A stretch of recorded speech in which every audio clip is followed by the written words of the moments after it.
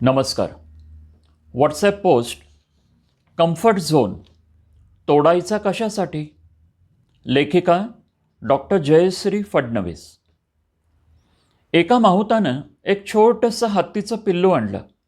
लोखंडी झाडाला साखळदंडानं त्याचा एक पाय बांधून ठेवला, जेणेकरून ते पिल्लू पळून जाणार नाही.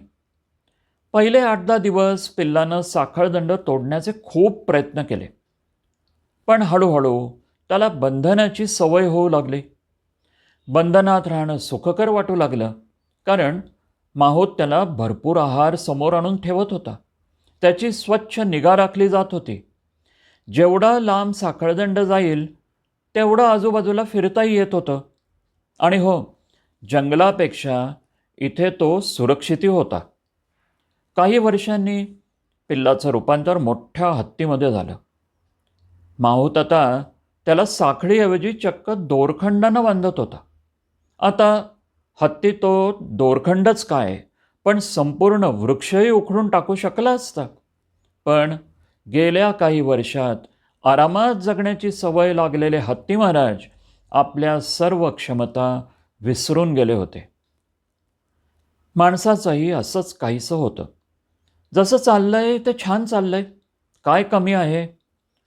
थोडक्यातच समाधानी असावं, किंवा मी माझ्या मर्जीचा राजा आहे, मला हवं तेवढंच मी काम करतो, असं आपण म्हणत असतो. काही गोष्टी करणं गरजेचं असतं. समोरचा सांगतही असतो, अरे जरा वजन कमी कर, व्यायाम कर.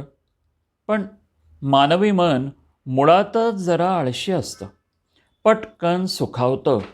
आणि म्हणून आपला हा हेवीवेट चॅम्पियन हार्ट अटॅक आल्यावरच जागा होतो, पहाटे उठून पळायला लागतो. कम्फर्ट झोन ही एक मानसिकता आहे, एक अशी जागा अथवा परिस्थिती जिथे माणसाला जीवनावश्यक सुविधा तसंच सुरक्षितता मिळते. तिथे तो सुखावत जातो. मनाचा कल ताणरहित जगण्याकडे असतो. असा हा कम्फर्ट झोन हळूहळू तयार होत जातो. सर्वप्रथम स्वतःचा एक ठाम ग्रह करून घेणं, की आहे त्या परिस्थितीत मी खूप सुखी आहे. उत्तम घर, सात्विक भोजन व सामाजिक सुरक्षितताही आहे.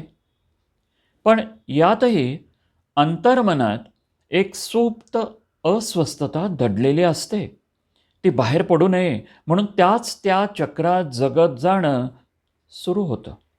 एखाद्यानं बदल सुचवल्यास उगीचच स्वभावात भिनवलेला ताठरपणा, कडकपणा दाखवून तो बदल नाकारण्याची सवय लागते. या सर्वांमागचं कारण म्हणजे मर्यादित अनुभवांचं गाठोडं. मानवी मन जगण्यासाठी अनेक कम्फर्ट झोन तयार करून ठेवतो. पहिलं, नोकरी व्यवसाय. वर्षानुवर्ष एकाच ठिकाणी नोकरी, तिथेही नवीन आव्हान पेलणं टाळणं. कशाला हव्यात नवीन कटकटी? आपलं बरं चाललंय, नियमित पगार येतो, वेळेवर घरी जातो, रात्री कट्ट्यावर गप्पा मारत बसतो, असे विचार. 2, नवीन कौशल्य शिकण्याचा कंटाळा. जग सतत बदलतंय. टेक्नॉलॉजिकल सिस्टीम्स दर 2 दिवसात बदलतात. पण मला या सर्वांची काही गरज पडत नाही. मी कशाला नवीन गोष्टी वापरू? आपलं बरं चाललंय, अशी मानसिकता. 3, नाती. अनेकदा आपल्याला पाहायला मिळतं की एकमेकांशी अजिबात पटत नाही, एकमेकांच्या सहवासाचा आनंदही नाही, तरीही ते नातं ओढत जाऊन टिकवलं जातं, कारण अनेक गरजा निवांतपणे भागवल्या जातात. आर्थिक गरज, सुरक्षितता, एकटेपणा. तसंच जग काय म्हणेल ही भीती. 4, अपयशाची भीती. कोणतंही आव्हान स्वीकारताना किंवा संधीचा लाभ घेताना अपयशाच्या भीतीनं ती आव्हानं अथवा संधी घेणंच टाळणं. कारण यात कम्फर्ट झोन सुटण्याचीच भीती खूप मोठी असते.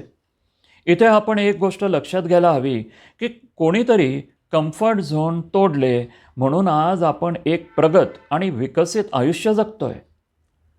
गुहेत राहणारा माणूस घरात आला, गरजेतून अनेक शोध लावत गेला. अग्नी प्रज्वलित करण्याचा शोध लावला आणि आज अनेक ऊर्जेचे स्रोत आपणास ज्ञात आहेत. इटलीचा क्रिस्तोफर कोलंबस दर्यावर्दी आणि वसाहतकार ॲटलांटिक महासागर ओलांडून गेला. तेव्हा जगाला अमेरिका कळली. म्हणूनच कम्फर्ट झोन सोडला पाहिजे. त्याचे अनेक फायदे आहेत. 1. व्यक्तिमत्व विकास. कम्फर्ट झोन सोडताना अनेक बदल स्वीकारावे लागतात. अनेक आव्हानं स्वीकारताना अनेक तंत्र तसंच जीवन कौशल्य शिकत जावे लागतात. त्यातूनच व्यक्तिमत्व विकासही होत जातो. हे बदल आव्हानं जेव्हा यशस्वीरित्या पार पडू लागतात तेव्हा एक वेगळाच आत्मविश्वास व्यक्तिमत्वातून परावर्तित होऊ लागतो. 2. वैचारिक परिपक्वता. मन अनुभवसंपन्न होत जातं. तशी तशी वैचारिक परिपक्वता मानवी मनास येऊ लागते. शास्त्रशुद्ध विचारांना तत्वनिष्ठांची जोड मिळते. ठामपणे निर्णय घेण्याची क्षमता विकसित होते. अशी अनेक प्रगल्भ व्यक्तिमत्व आपल्या निदर्शनास येतात, जी हळूहळू काम, क्रोध, लोभ, मोह, मद आणि मत्सर या षड्रिपूंवरही विजय मिळवू लागतात. कम्फर्ट झोन सोडताना होणारा त्रास हा तात्पुरता असतो, पण मिळणारे फायदे कायमस्वरूपी असतात. एक गोष्ट कायम लक्षात ठेवायला हवी की कम्फर्ट झोनच्या बाहेर ग्रोथ झोन आहे. पण तिथे पोचताना एक छोटासा पेन झोन हा बोगदा पार करावा लागतो. तो संपल्यावर लख्ख प्रकाश पडतो. हर नई शुरुआत थोड़ी सी डराती है. सफलता तो मुश्किलों के बाद ही आती है. धन्यवाद. लेखिका डॉक्टर जयश्री फडणवीस. वाचन संजय इनामदार.